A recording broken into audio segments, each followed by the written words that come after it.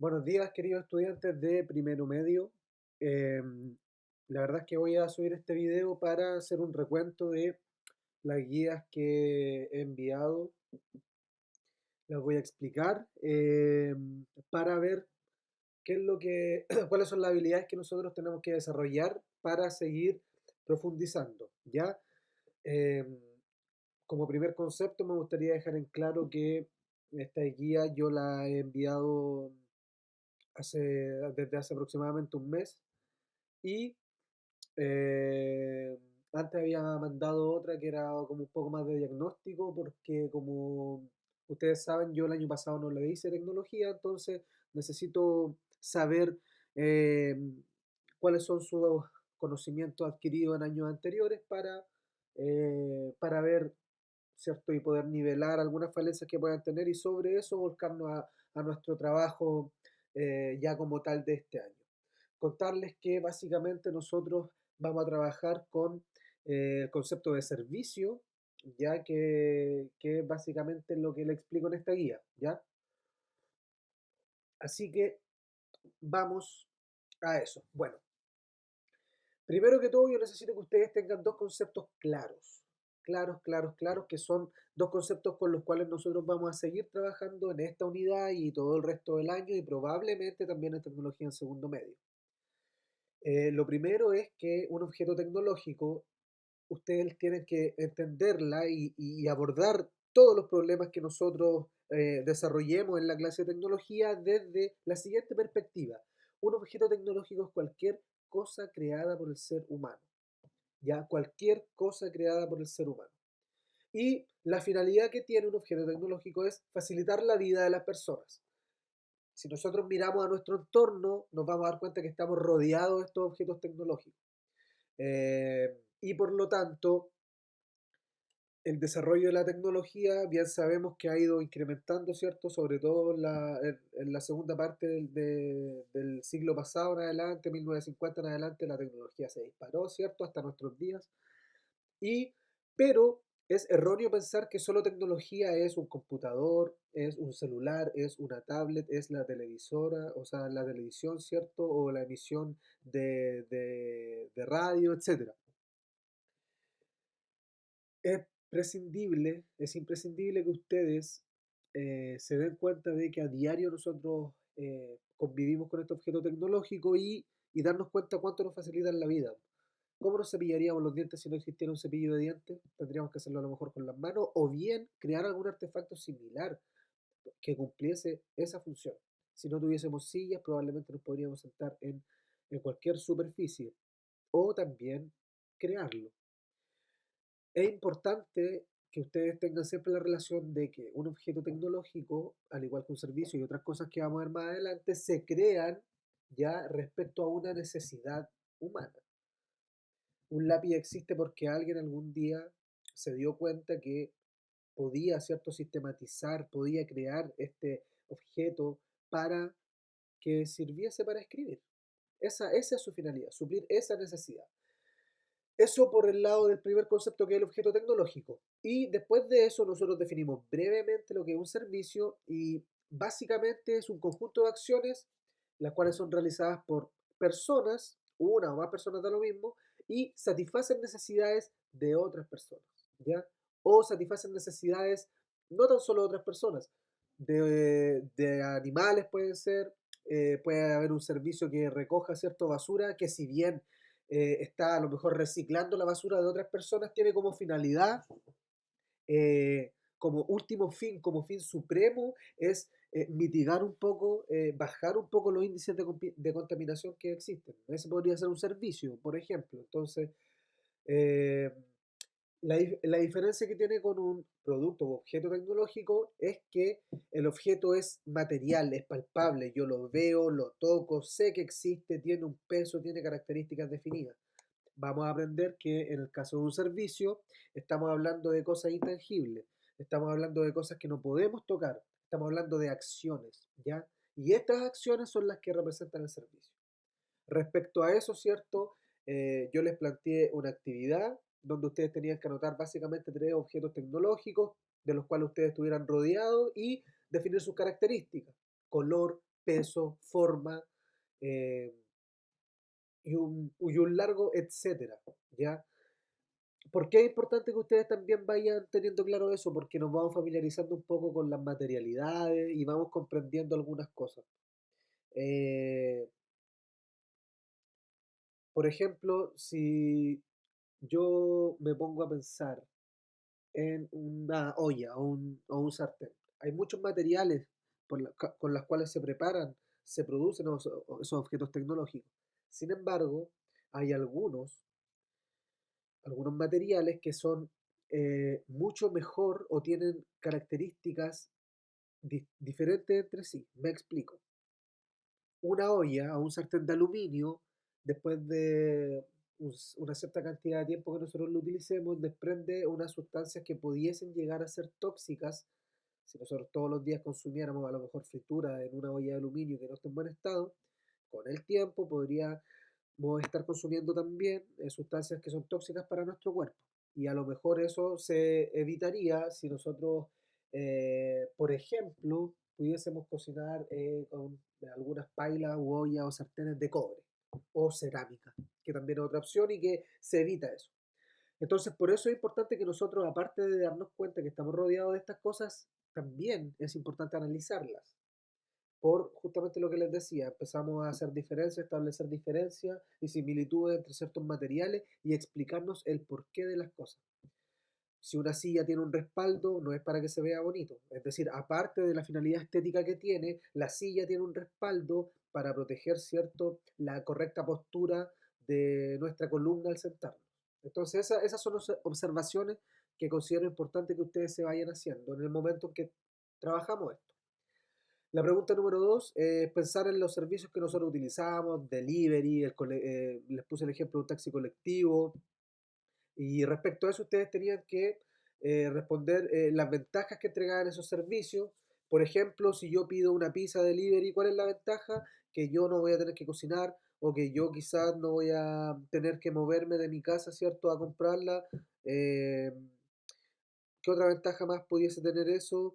Eh, que a lo mejor, ¿cierto? La pizzería trabaja con ingredientes que yo no tengo, entonces también podría servirme eso a mí, consumir algunos ingredientes que yo no tengo en mi casa, etcétera, etcétera, etcétera. Y la última pregunta que creo que es súper importante, porque es una pregunta de reflexión, recuerden que finalmente eh, se me fue la palabra, nuestro método de enseñanza y aprendizaje radica en que ustedes como alumnos puedan reflexionar sobre algunas cosas. De hecho, esa es la invitación que yo le hago igual, pues, de que no nos quedemos tan solo con lo que hay en clase, sino que intentemos igual llevar esas reflexiones a otro aspecto de nuestras vidas. Y la última pregunta era, ¿por qué crees tú que la cantidad de servicios ha ido aumentando el último tiempo en el mundo en general? Eh, ¿Cuáles son las razones de eso? ¿Por qué crees tú que eso está ocurriendo? Esa era nuestra primera guía. Y la segunda guía, que está a continuación, aquí nosotros partimos, la guía anterior partimos definiendo lo que era un producto y un servicio. Aquí ya nos metimos de lleno nos metemos en lo que es un problema. Es importante que también nosotros empecemos a conectar estas ideas, así como bien les decía que un producto tecnológico o un objeto tecnológico es creado a partir de, para solucionar un problema o satisfacer una necesidad, ¿cierto? En nosotros, también resuelve problemas. ¿Y cómo nosotros vamos a entender un problema desde la perspectiva de nuestra área, de nuestro ramo, ¿cierto? Que es tecnología. Nosotros vamos a entender un problema o vamos a hablar de un problema eh, cuando nos demos cuenta que es todo aquello lo que afecta a un número determinado de personas o a una parte de la sociedad o a la sociedad en general, ¿ya? Aquí establecemos al tiro un límite bastante divisorio entre lo que es un problema individual y cómo nosotros vamos a comprender lo que es un problema tecnológico. Un problema individual es, por ejemplo, hoy día peleé con un amigo. La verdad es que eso es importante, por supuesto que es importante para usted o para la persona que le está pasando eso. Pero ese problema es un problema para otras personas, es un problema que queja a una parte de la sociedad. La verdad es que no. Entonces, establecer esa línea diferenciatoria entre lo que es un problema individual y cómo nosotros vamos a definir un problema es vital para comprender y para poder trabajar y poder llevar a la práctica todo lo que nosotros estamos viendo. ¿Ya? La verdad es que es una definición bastante breve. Yo tampoco los quiero agobiar, que ustedes aprendan de memoria cierta terminología, para nada, pero sí necesito que los vayan comprendiendo. Y respecto a ese gran primer concepto que es el problema, nosotros ya empezamos a relacionar esto. Yo te coloco un ejemplo, mira, que es el mismo ejemplo que está en la guía. Supongamos que un joven que vive solo no tiene ganas de cocinar, toma la decisión de pedir un delivery de pizza. El muchacho ingresa al sitio web, ¿cierto?, de su pizzería favorita y a través de un software o un programa, ¿cierto?, selecciona un menú. Y él elige una pizza grande con champiñón y tomate. El sistema le informa que en media hora el pedido estará en la puerta de su casa. Cumplido ese plazo, un empleado de la pizzería, ¿cierto?, llega en moto con la pizza a su casa, el joven paga la compra, le da una propina, ¿cierto?, al amigo del delivery y se dispone a cenar. Ese es un ejemplo cotidiano, es un ejemplo cotidiano. Y puede ser pizza, puede ser sushi, pueden ser papas fritas, etcétera, etcétera, etcétera. Pero es un ejemplo al cual estamos sometidos en nuestro cotidiano.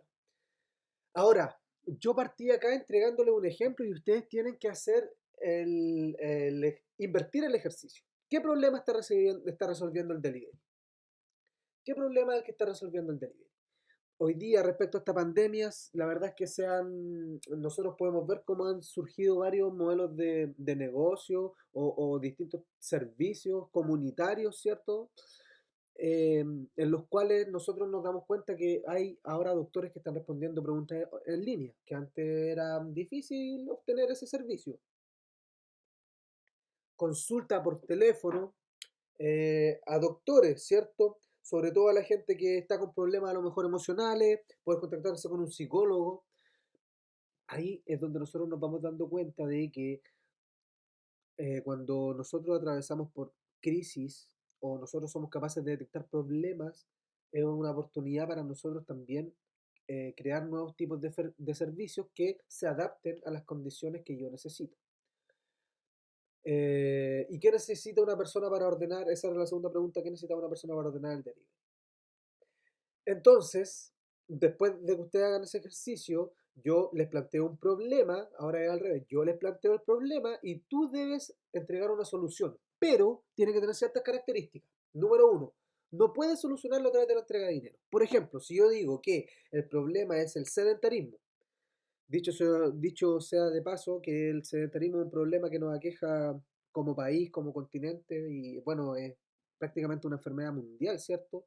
Que tiene que ver con la poca actividad física, con el estar todo el tiempo en casa, ¿cierto? En alimentarse de una manera no nutritiva, por así decirlo. Entonces, si tú me dices de que el problema del sedentarismo tú lo quieres solucionar incentivando la actividad física o el deporte, está perfecto.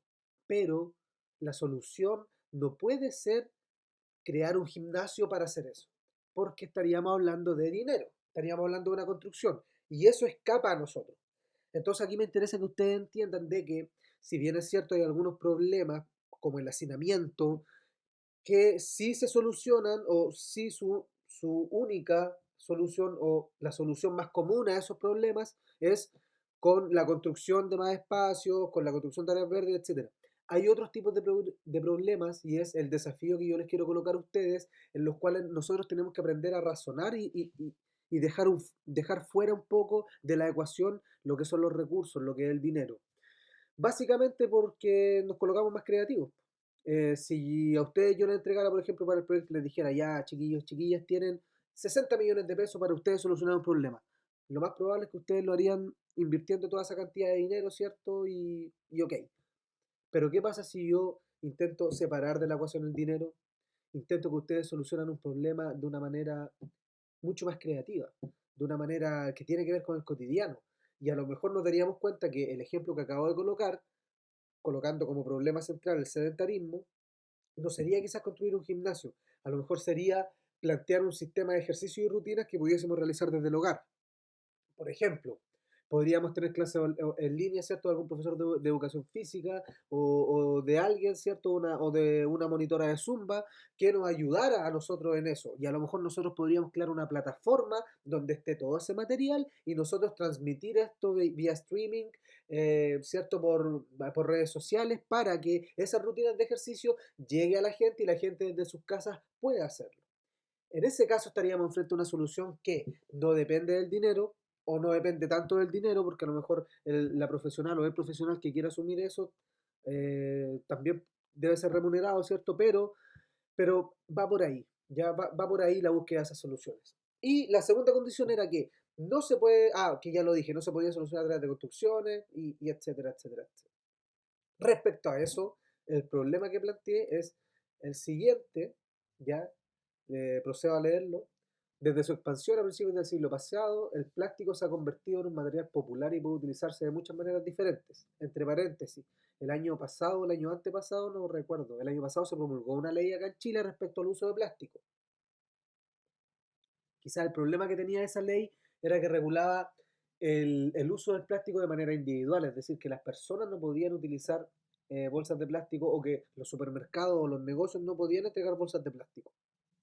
Pero esa ley no regula en ningún caso la producción de las empresas sobre el plástico ni la utilización de otros sectores productivos, esencialmente la comida, ¿cierto? Un paquete de tallarines viene en plástico, el arroz viene en plástico, tampoco regula eso. Solo entre paréntesis para que igual vayamos teniendo algunos alcances del terreno que estamos pisando. En la actualidad se utilizan para fabricar y envolver muchos de los productos que compramos y consumimos. El problema llega cuando ya no lo queremos. Esto ocurre sobre todo con el plástico desechable de embalar y envasar. El plástico se utiliza porque es fácil y barato de fabricar y porque dura mucho tiempo. Lamentablemente estas mismas ventajas, es decir, las ventajas del plástico que habíamos dicho, que era barato de fabricar y que duraba mucho tiempo, esas mismas ventajas, entre comillas, que tiene el plástico, hacen de que se convierta en el aliado número uno en la contaminación. Su bajo precio hace que uno se deshaga rápidamente de él y su larga existencia hace que perdure en el medio ambiente durante largos periodos de tiempo, en los que puede causar grandes daños. Ya no puede descomponerse y se necesita una alta energía de rayo ultravioleta para acabar con él. La cantidad de plástico que se desperdicia en los océanos está aumentando considerablemente. Entre paréntesis también busquen en YouTube un documental o un video que se llama La isla de plástico, por favor. Y es no sé cómo decirlo, pero dantesco ver cómo nosotros como especie hemos contaminado a estos niveles, ¿cierto?, nuestro entorno. Eh, ¿De qué parte iba? Ya. El plástico actúa como un imán en sustancias tóxicas como el DDT o los PCB.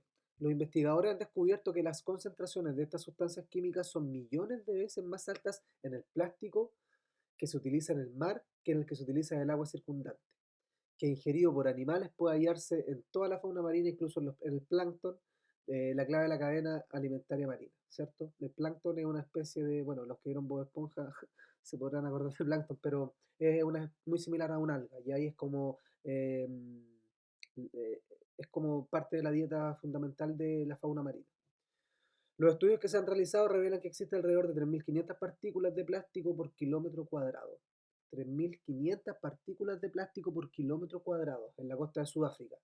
Las mediciones de 50 playas de Sudáfrica desde el Cabo hasta desde Cabo Este hasta Ciudad del Cabo ponen de manifiesto que en un periodo de 5 años, es decir, hasta 1989, la contaminación a causa del plástico aumentó un 190%. En el año 1989, es decir, pensemos, imaginemos cómo estará esa realidad ahora, esa situación ahora. Más de un 90% de los productos que se examinaron en las playas contenía ese material, que es el plástico, ¿cierto?